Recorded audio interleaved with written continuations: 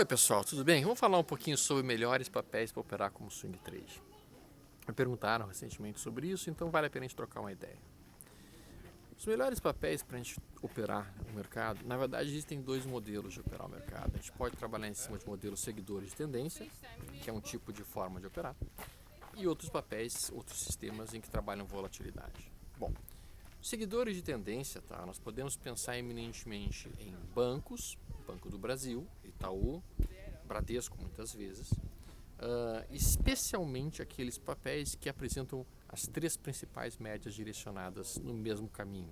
A média móvel de 80, a média móvel de 34 e a média móvel de 17, concordando na direção que o mercado se desenrola. Esse tipo de papel é o papel mais fácil para ser operado, seguidores de tendência.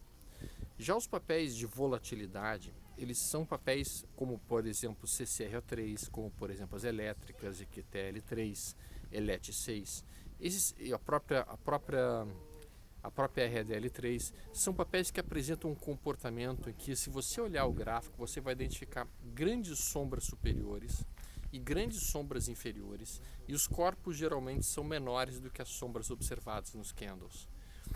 Então, se você olhar um gráfico, imediatamente você verifica que o corpo é muito maior do que as sombras, na maior parte dos candles que estão sendo produzidos naquele gráfico, você está vendo um gráfico eminentemente direcional. Por exemplo, pegue agora a siderurgia nacional no gráfico diário, em 60 minutos, e coloque na sua tela. Você irá ver como realmente os corpos, a distância entre a abertura e o fechamento é muito maior do que as sombras observadas nesses papéis. E agora você pega o mesmo gráfico diário e coloque CCRO3 ou ECOR3. Você irá identificar uma gigantesca quantidade de sombras superiores e inferiores muito maiores do que os corpos.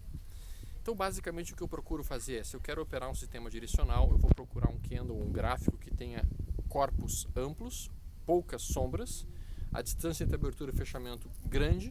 E se eu quero operar sistema de volatilidade, então eu quero um papel realmente que tenha muitas sombras inferiores, muitas sombras superiores, e mais do que isso, as sombras do candle atual costumam perfurar a máxima e a mínima do candle anterior.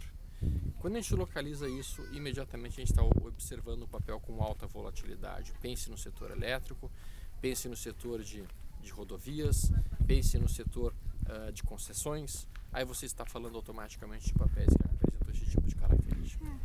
Bom, dito isso, basicamente a gente falou um pouquinho sobre papéis de tendência e falamos um pouquinho sobre papéis de volatilidade.